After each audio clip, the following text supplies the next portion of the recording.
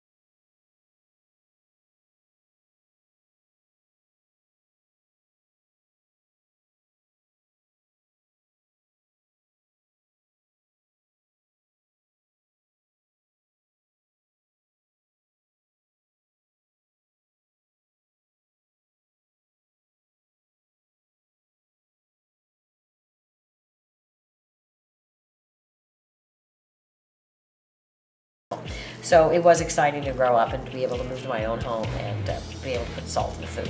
Sorry, Mom. Now, another one of the secrets to good burgers is, what do you put in the pan beforehand? Butter. We are big fans of cast iron pans. Cast iron pans to me are sort of the way like people like stick shifts. They say like, oh, I feel like I got more control over the car. That's how I feel with cooking with cast iron pans. I feel like I have more control over the heat. A bun is really key, the right bun, if you really want to start perfecting your burgers, because you want to have that right ratio of bread to meat. Nothing more annoying than when you go to get a good sandwich and there's like some really thick piece of bread and you're like, I just feel like I should put bread, you know, it's got to be the right ratio. So it's basically like, you know, kind of palm of my hand, maybe a little bigger because it's going to shrink down because of the fat. Because I'm making this for my husband, I'm going to put pepper jack on it because he's got some spice. For my kiddos, I would do a provolone, mozzarella, or cheddar. We're big on cheddar. Okay. If we had smell-o-vision, you would know how good it is to have the onions right in there.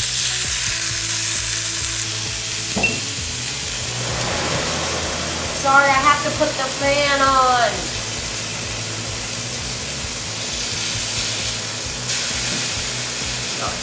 Woo! Okay. And for my husband, I'm going to put some mustard on this because that's his white trash weakness. He loves the mustard. You know what I love about sliders? What? They're so small, you know. Yeah. It's like, you know how men are very committed. It's like, this is just the right size. You're not. I'm your third marriage.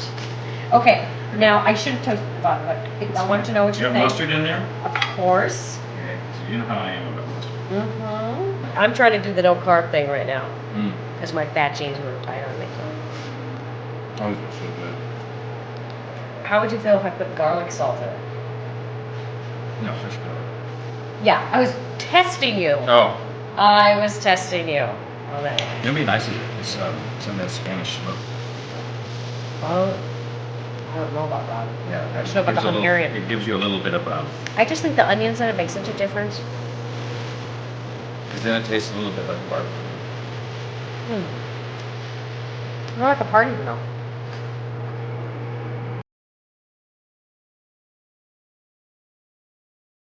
Hey, did you subscribe? Please subscribe. I got a whole new reboot coming up, and I'm going to take a poll on the name of my new endeavor. I need some help. I need some help.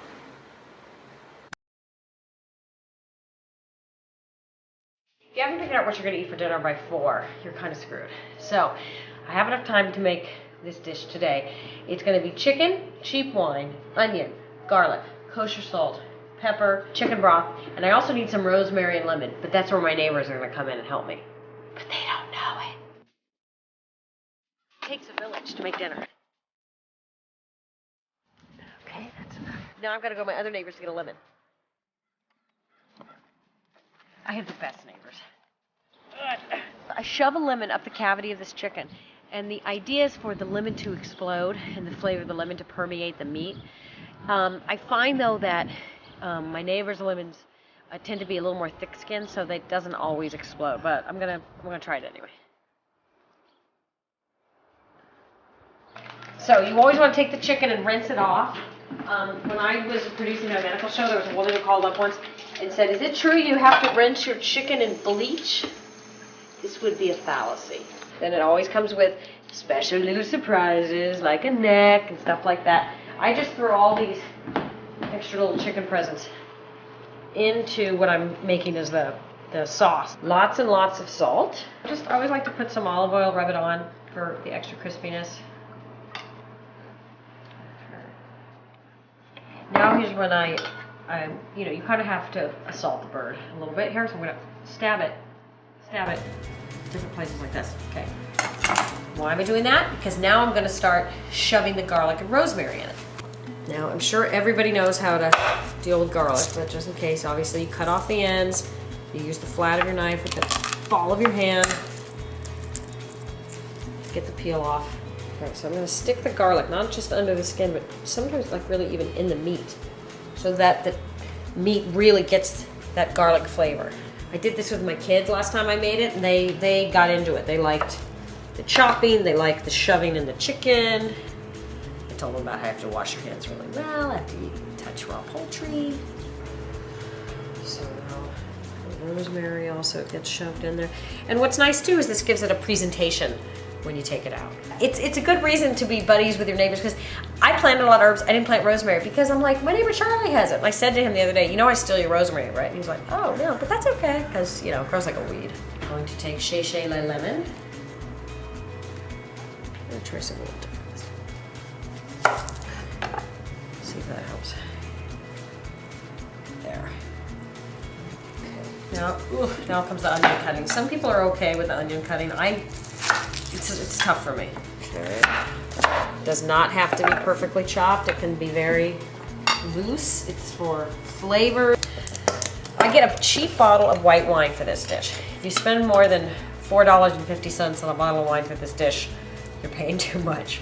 It should not be a bottle you want to drink. Now, I'm a wine snob, and you drink cheap wine. I cannot drink cheap wine, but I can cook with cheap wine.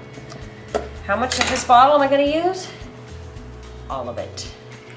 Put the whole mother in here. There you go. The whole thing. No. Yeah, so these are like little fingerlings, except they're not called fingerlings. I don't know. I saw them in the store. They're little white and white. They look cute. Just thought they'd kind of go in any stew, any crock pot. So now you have a one-pot meal, essentially.